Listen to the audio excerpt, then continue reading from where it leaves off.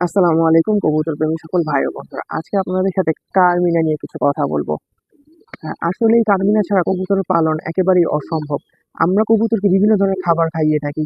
ধান, গম, রেজা, ভুট্টা, ডাবলি, বাজরা বিভিন্ন সাইজের খাবার খাইয়ে থাকি। এই খাবারগুলো প্রপার ভাবে ডাইজেস্ট করতে কার্মিনা অনেক বড় একটি ভূমিকা পালন করে।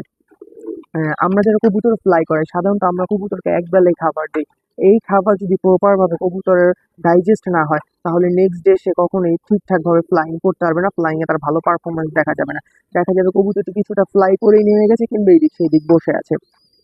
কারণ তার যদি পাকস্থলীতে প্রপার ভাবে খাবারটি ডাইজেস্টই না হয় তাহলে সে তার বডিতে সঠিকভাবে পাওয়ার পাবে না। তো ফ্লাইং এ তার পারফরমেন্স কখনোই আসবে না।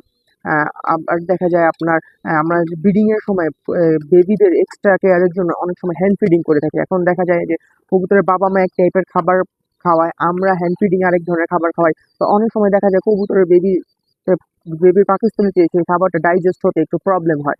তখন এই কার্মিনা ব্যবহার করলে সেই খাবারটি খুব সুন্দরভাবে ডাইজেস্ট হয়ে যায় এবং বেবিরও বডি গ্রোথ খুব ভালো আসে।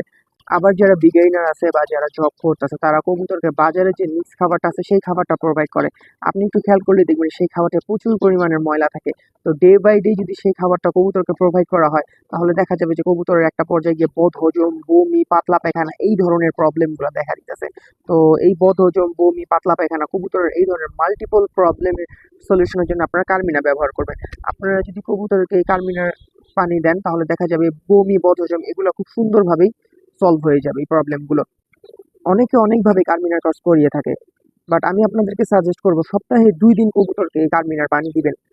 কার্মিনার পানি দেওয়ার নিয়ম হচ্ছে আপনি লিটারে ২ থেকে ৩ এমএল ইউজ করবেন।